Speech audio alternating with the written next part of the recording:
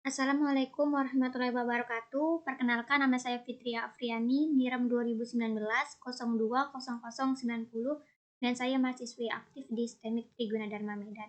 Nah, di sini saya akan menjelaskan mengenai ujian akhir semester saya di mata kuliah APSI 2 yaitu tentang perancangan sistem informasi pada rumah sakit khusus COVID-19.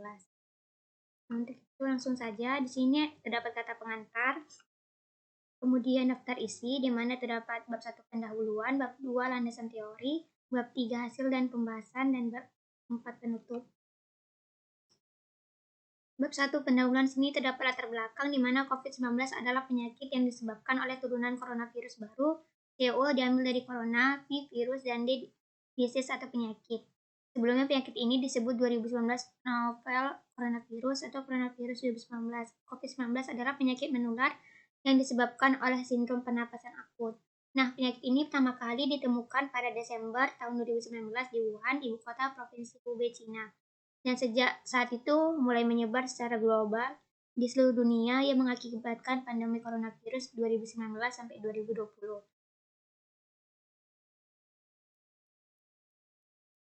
Kemudian di sini ada perumusan masalah di mana berdasarkan uraian latar belakang rumusan masalah dalam penelitian ini adalah bagaimana merancang sistem informasi dengan menggunakan Microsoft Visual Studio 2020 dan MySQL, dan bagaimana sebuah sistem rumah sakit bisa memberikan kemudahan untuk memberikan informasi kepada para pasien. Dapat batasan masalah, di mana sistem informasi ini digunakan untuk mempermudah pengolahan data. Perancangan sistem informasi ini hanya bisa digunakan oleh admin dan dokter, dan perancangan sistem informasi ini menggunakan bahasa pemrograman VB 2010 dan MySQL. Tujuan dari penelitian ini adalah untuk mengetahui sistem informasi yang ada di rumah sakit, khususnya pada sistem informasi COVID-19 yang menangani pasien COVID-19. Karena rumah sakit saat ini belum sepenuhnya terkomputerisasi. Dan manfaatnya yaitu sistem informasi ini mampu memberikan kemudahan informasi pasien untuk admin dan dokter, dan memberikan kemudahan dalam hal pengolahan data sehingga laporan-laporan menjadi lebih efektif dan efisien. Kemudian bab 2 ada landasan teori di mana ada perancangan. Perancangan merupakan suatu proses dalam mendesain sistem baru yang dapat menyelesaikan masalah yang dihadapi. Darmawan 2015. Dimulai dari proses pengolahan data dari bahan mentah dari informasi yang dilakukan oleh seseorang atau sekelompok orang yang akan menjadi masukan dari sebuah sistem informasi. Ini terdapat metode penelitian. Metode yang digunakan yaitu metode kualitatif dengan pendekatan deskriptif. Metode yang digunakan untuk mengumpulkan suatu data informasi tentang objek yang diteliti ini adalah observasi, studi pustaka, dan metode waterfall. Observasi. Observasi adalah proses perolehan data dari tangan pertama dengan cara melakukan pengamatan orang serta lokasi untuk dilakukannya penelitian. Dapat studi pustaka. Ini studi pustaka ada kegiatan untuk menghimpun informasi yang relevan dengan topik atau masalah yang menjadi objek penelitian. Dan terdapat metode waterfall.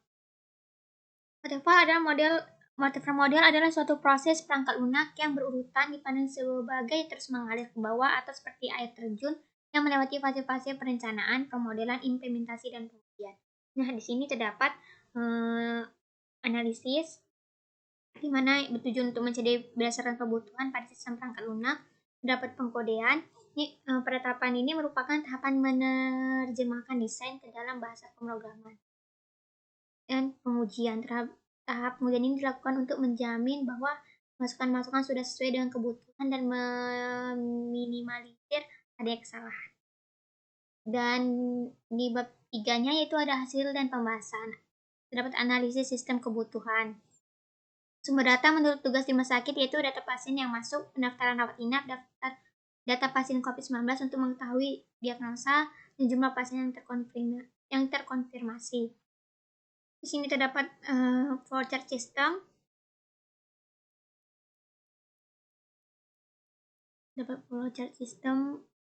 Ini ada bagian alur adalah diagram yang menampilkan langkah-langkah dan keputusan untuk melakukan sebuah proses dari suatu program.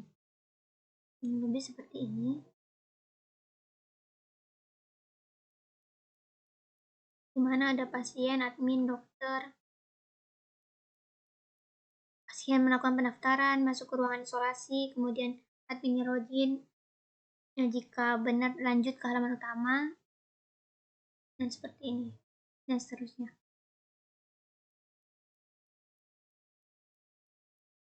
Kemudian ada use case diagram. Interaksi antara aktor dengan sistem yang mendeskripsikan sebuah interaksi dengan satu atau lebih aktor yang akan dibuat. Nah, seperti ini. Nah, use case diagram ini berfungsi untuk menggambarkan proses aktivitas yang ada di dalam sistem, di mana rancangan ini terdiri dari petugas, dokter, dan direktur rumah sakit.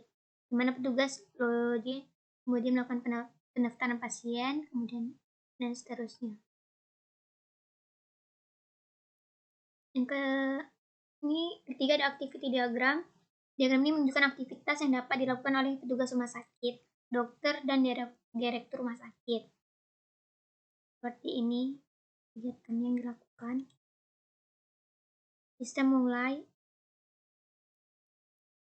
Tugas menginputkan username dan password. Kemudian ada kelas diagram.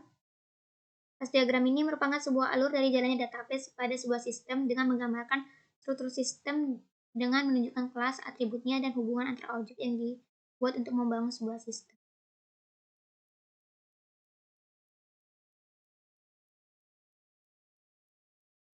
Di bawah ini terdapat kelas diagram di mana ada tabel ujian, rawat inap, pasien, triasi, dan laporan.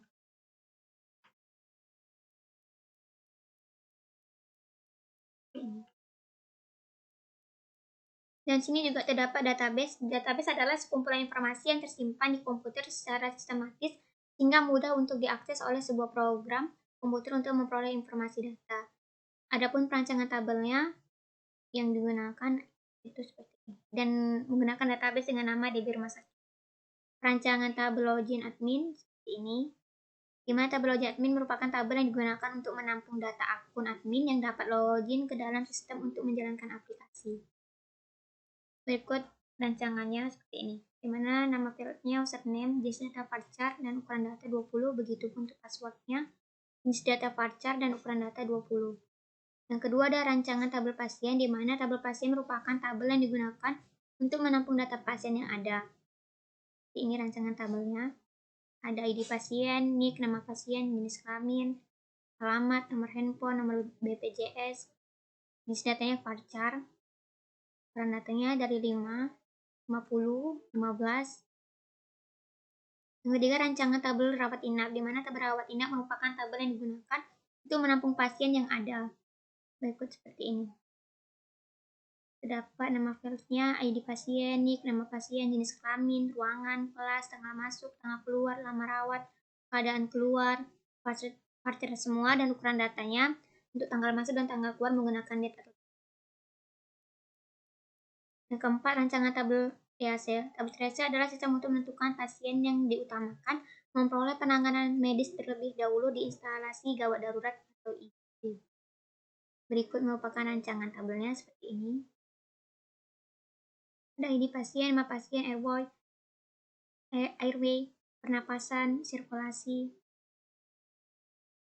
Dan yang kelima ada rancangan tabel laporan, di mana tabel laporan ini digunakan untuk menjelaskan tentang informasi yang berdasarkan jenis kegiatan yang ada di rumah sakit. Nah, seperti ini rancangannya. Dapat laporan COVID, laporan triase, laporan tempat tidur. Yang terakhir itu bab 4 yaitu penutup, di mana kesimpulannya dapat kesimpulan di mana berdasarkan penelitian yang sudah dilakukan dengan adanya sistem informasi mengenai COVID-19 ini dapat mempermudah tugas untuk menginput, mengolah, menghasilkan data, dan menginformasikan jumlah pasien yang terpapar COVID-19 di rumah sakit ini. Dengan adanya sistem informasi bisa memberikan informasi yang tepat dan akurat untuk pasien maupun tugasnya. Demikianlah yang bisa saya sampaikan. Apabila ada salah-salah kata atau kekurangan saya mohon maaf. Wassalamualaikum warahmatullahi wabarakatuh.